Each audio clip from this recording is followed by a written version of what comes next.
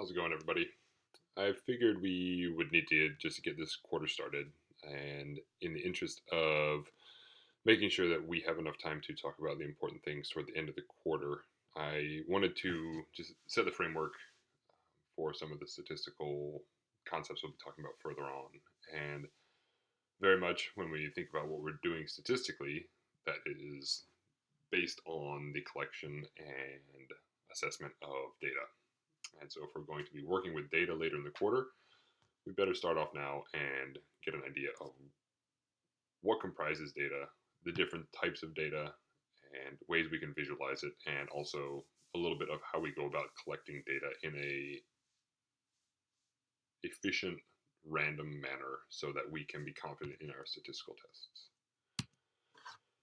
So data are basically how we know and what we know scientifically. So without data, we would be stuck in the world of speculation. And believe it or not, we as humans collect data on a minute to minute, second to second basis, and we analyze it, make decisions, and run our lives based on data. Whether or not we're using actual statistical tests is another thing. So what is data? What are data? And how do we go about collecting it?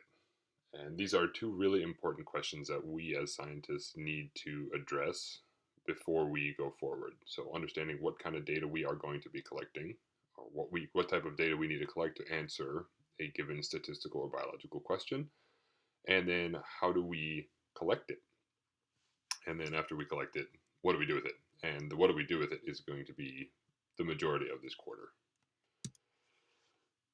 Data is the foundation of all that we know.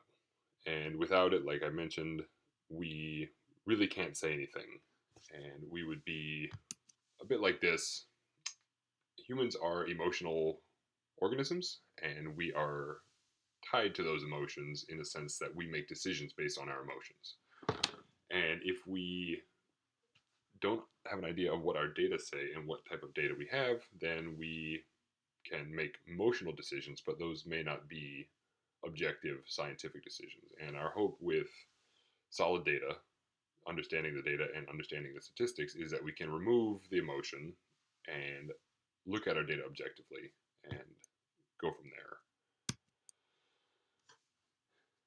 So two questions that we need to ask ourselves first, and especially as you all are getting into the more math side, the more computer-based side of things, is how do we evaluate and visualize our data? And these questions will haunt you for the good portion of your career as a scientist, because it's important to do them well and to do them with a good thought process, because a lot of times scientists will go about their data evaluation, their statistics, improperly because they didn't thoroughly understand their question. And because they didn't understand the question, they may visualize and present their data improperly, which leads to improper understanding from the readers, and that gets us into trouble. So we'll do our best to address these questions thoughtfully and work from a basis of objectivity. So the first step is to understand what types of data are out there and what types of data you could collect as a scientist. And data types fall into two main categories. These two categories are qualitative data and quantitative data. Now, we all, as ecological experimental scientists, we may strive more towards the quantitative side. Qualitative data are things that we can collect about the world in a softer way. So their qualitative data describe attributes or properties that an object possesses. And you might be referring to an organism, and that organism, or say you study lions, and you've noticed that lions are a little lethargic. Lethargy is a qualitative attribute, whereas quantitative data are data expressing a quantity, an amount, or a range, or something that we can quantify, for lack of a better word, put numbers behind. So the lions are lethargic. Maybe lions, they haven't eaten in a couple weeks, and so therefore their food intake has been lower than normal. or maybe they have been eating, but their diet has changed so much that they are lacking certain nutrients, so their iron levels are abnormal, resulting in a change in behavior. So, keeping these two ideas in mind, we can work towards collecting the quantitative data set, and using that quantitative data, we can then use statistics to analyze it. That's not to say that qualitative data doesn't have its place, and very much qualitative data gives us an idea, gives us a place to work from. There are a lot of aspects in a study where you will, or in an experiment where you will go out with the best intentions and realize that you needed to collect a lot of other data to answer your questions. And a lot of times we'll collect sort of qualitative descriptive data during an experiment or a study, and that will inform further question. Whereas the quantitative data, like lion blood iron content or protein content or food intake, those are data points and quantitative data points that we can then run statistics on. And there are ways to go about taking qualitative data and turning it into quantitative numbers, and that just requires some forethought and being very clear and transparent about how you took qualitative data, or feelings, how people were feeling about a certain political outcome, or how they feel about certain legislation. Taking that and turning it into actual numbers takes a little bit of thought. So some examples of qualitative data. I already kind of gave you a few. These can be various colors. Maybe flowers have a purple, blue, pink, though they can have certain shapes. And quantitative data for flowers, if you're looking at color or shape, then you could start looking at total, if you were concerned about flower shape, then you could look at total flower petal area, or petal length, or number of petals. Those are types of quantitative data that relate to the qualitative aspects of color or leaves or flowers. And very much, usually there will be a sort of qualitative data that underlies a quantitative data point that you could collect. And other types of quantitative data are, in the worlds of ecology where I live, are things like temperature, rainfall, or as a marine scientist, we're talking about tidal height, number of reproductive receptacles on a given seaweed, things like that. That's all quantitative data. Now, data, the numbers that we actually collect are based on different variables, and these variables are things that we as scientists set in our minds for our study, and we want to study the effects of something on a given variable. We want to study the effects of temperature on a given seaweed chemical, or we want to study the effects of starvation on lion energy levels and lion activity. So a variable, when we start talking about data and start working with it, a variable is any characteristic that is measured on individuals, drawn from an entire population that you're studying. Very much when we do a study, we aren't working with an entire population. It's almost impossible to measure an entire population, so we're working with a sample.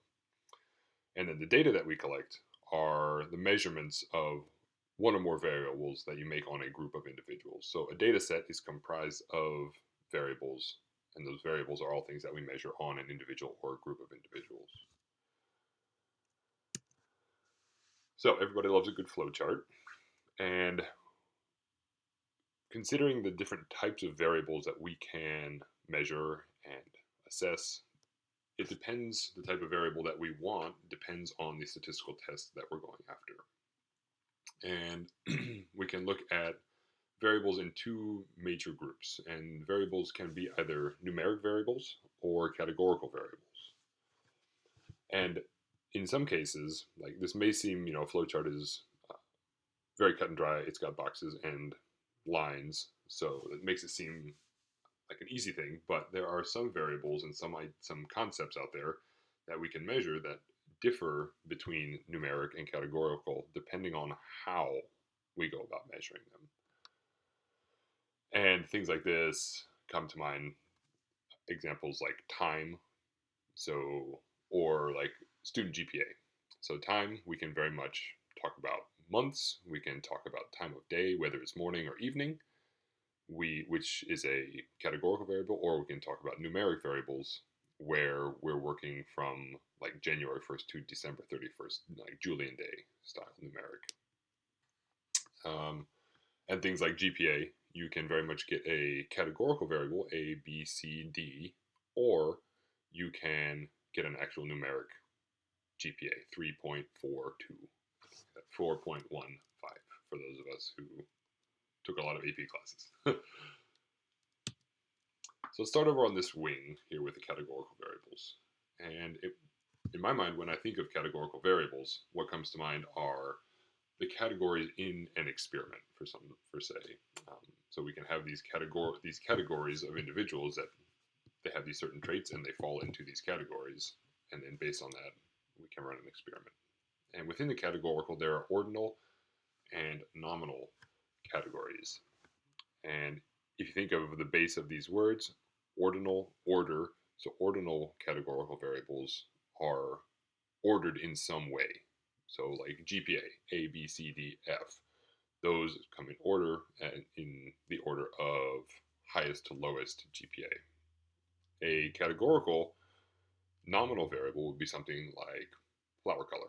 Purple, pink, blue flowers, there is no inherent higher or lower importance or betterness of the flower color. Those are just the colors of flowers that you could observe in this given species. So, nominal meaning names, and these are categories in no inherent order. And we could be, another example of this is we might be studying different genotypes. And within a population or within a sample, there might be 5 different genotypes. And you could give them names, genotype A or Frank and Larry, or you could give them numbers 1, 2, 3, 4, and 5. Now, the important thing to keep in mind here is that even though you may give a nominal category a number, those numbers are meaningless as far as order. So genotype 1 does not come before genotype 2. Those are just the names of the genotypes, or the names of your nominal categories. And when we're talking about categorical variables, you can kind of check yourself. If you are like, is this nominal or is this categorical, or is this numeric? Think about what would happen if you tried to calculate 2 nominal or 2 categorical variable values together. So if you tried to calculate purple versus blue, it doesn't work.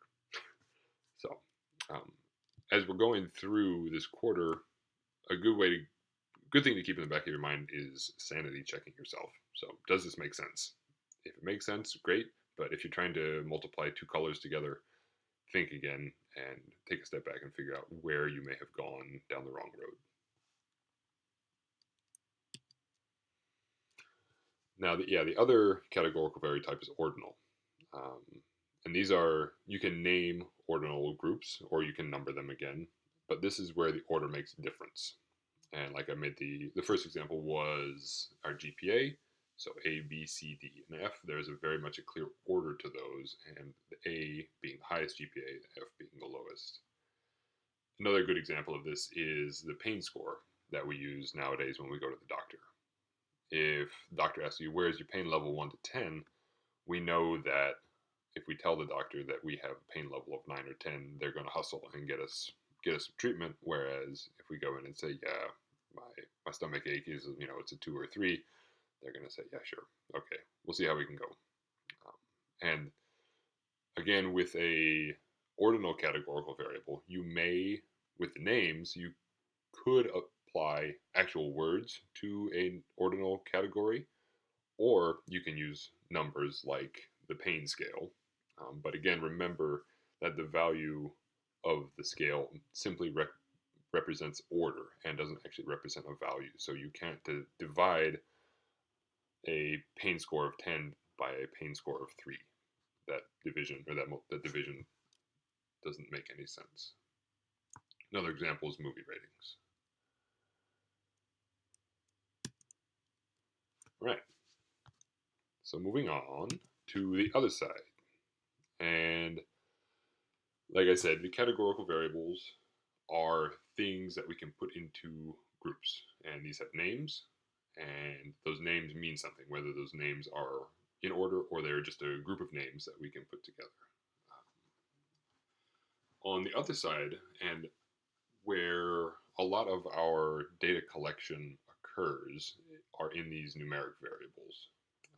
Whereas the categorical variables describe individuals, a lot of times numeric variables are the actual measured values that we are seeking as scientists when we run experiments or run studies.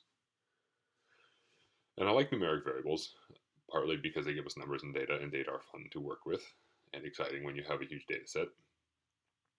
But numeric variables can be tricky. And whether a numeric variable is discrete or continuous is sometimes not very clear. So I'll do my best to lay it out right now, and then we will do some work in class to talk about this further. So when we think about discrete versus continuous numeric variables, discrete, as the word implies, are discrete numbers.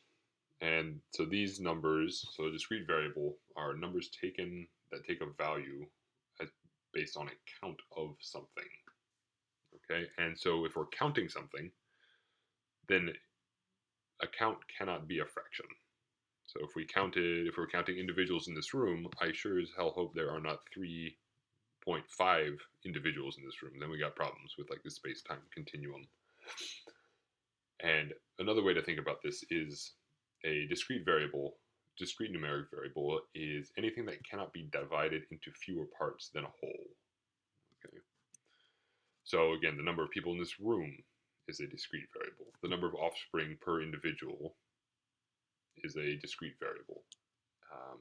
Heartbeats per second or heartbeats per minute is a discrete variable. Number of eyes that a organism has. Spiders don't have 7.5 eyes, they have 8. And we'll go over a few more examples of this. And a lot of times as ecologists, at least in my world, as being an ecologist, is we're counting stuff. And so we go out and count the number of plants per quadrat, or the number of individuals per transect, or like I mentioned, the number of reproductive structures per seaweed. Those are all discrete variables. And the other flip side of that is a continuous variable.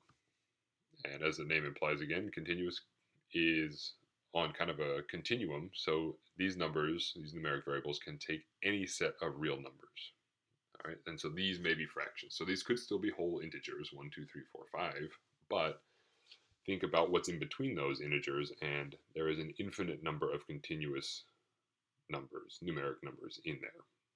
And often what will happen as scientists or ecologists and researchers, we will take a continuous variable with its infinite number of divisions and say, okay, this is going to be the finest level of resolution we're going to work with. So if we're working with, say, temperature, we're not going to be recording temperature down to 20 decimal places. That just doesn't make any logical sense. It doesn't give us any more information. And so when we're making decisions about what data to collect, we say, okay, we think that temperature down to 2 decimal places is going to be a reasonable level to which we can talk about differences and results. So things like age. Age is a variable that's actually quite interesting, because we could think about age as a discrete variable. If we're just talking about years old, I am 35 years old. I don't refer to myself as 35 point whatever 2 months, 35.6. So for the sake of conversation, age may be a discrete numeric variable. But if we're medical researchers and we are very curious about the effects of month-to-month age differences on, say, or day-to-day on humans or mice or something like that, then age becomes this more divided continuous numeric variable. Our blood pressure could be anywhere on a spectrum. 120 over 80. We could break that down further into smaller and smaller gradations if necessary. And again, like I mentioned, temperature is a really good example of that, because depending on how important temperature fluctuations are to your experiment or to your study, if you're cultivating very susceptible strains of bacteria, or looking at minute fluctuations in temperature change on um, intertidal ecosystems or subtidal ecosystems, then maybe a zero point 0.1 degrees Celsius change in temperature could potentially be life-threatening for organisms in your study. Whereas for humans, we may be only concerned with temperature fluctuations at the degree level or the 5-degree level. So this is where numeric variable types become interesting, because we may think that we're collecting a certain type of variable, but when we get down to it, and we're like, oh, actually, yeah, we thought temperature was discrete, but it's actually not, and we have all these different levels that we never thought we had before.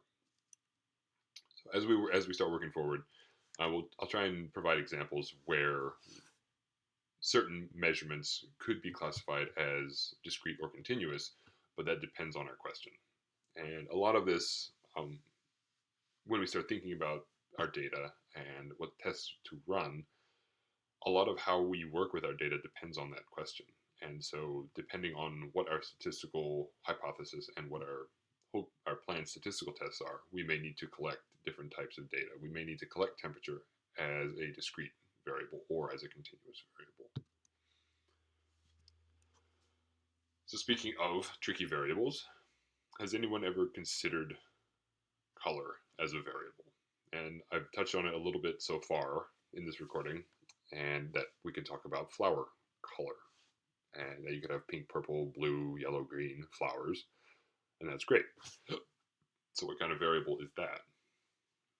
Well, when we talk about color as, like if we just talk about flower colors, that is very much a categorical variable.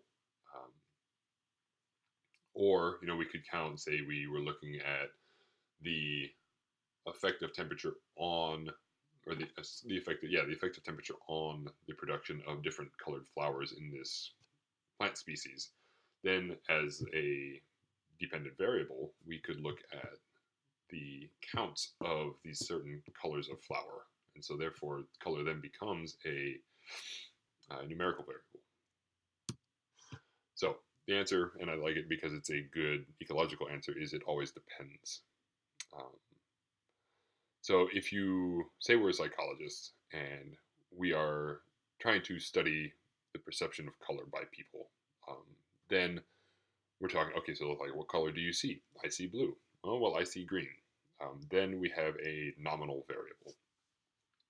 And this becomes really interesting from a biological, ecological standpoint, because myself and a good chunk of males in our society are colorblind. So that idea of color perception is fairly subjective, and that the way we would categorize certain things and the counts of those certain things would be different based on the presence of color sensing cells in our eyes. So it could be nominal, or if you're a physicist, then we could be talking about color as specific wavelengths. We could say, on the color spectrum, we could say, all right, this wavelength that we're interested in is 760 nanometers. This other wavelength is 500 nanometers. And we could even break it down. So we could, if we were talking about straight wavelengths down to 550 nanometers, then that could be a discrete numeric variable. But depending on the physicist's question, you could then break those wavelengths down even further into an infinite number of bins. And so then therefore you have a continuous numeric variable. Yeah, so color is a really interesting one. And again, I said I like the things that make us think. And what I will do, from here on and basically in all of our lectures is ask out.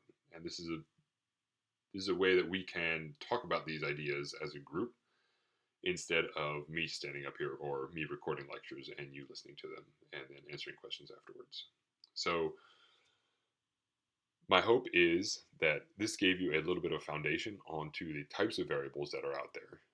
And come next lecture, we will start off with a set of questions and we'll answer them as a group. What kind of variable? We'll give you make some data, or we'll have some data and say, all right, what kind of variables are we working with? And we can talk about why we would categorize them as this or as that, dependent, or as a categorical numeric. And then we can go into the types of variables that get used as dependent or independent variables.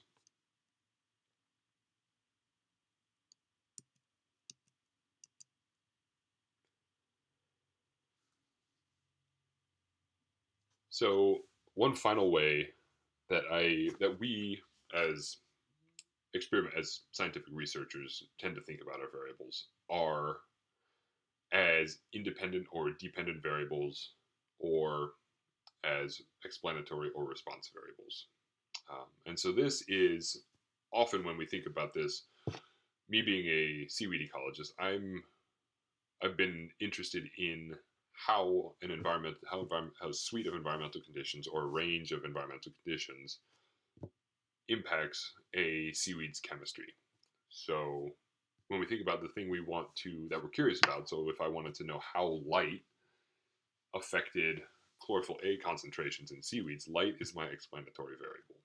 And I would manipulate light levels within a given range of levels that I know to be ecologically relevant. And then what I would be measuring is that response, a change to that light. And what we would observe is that response variable. So if I'm trying to explain some change, that change in light is the thing I manipulate, and I'm looking at a response in the chlorophyll A concentrations of a given seaweed. And this is what we observe as a result of our explanatory variable, as a result of our monkeying around with our organisms. And this doesn't necessarily need to be a manipulated experiment, but we could also look at this as an ecological study across a given range of conditions.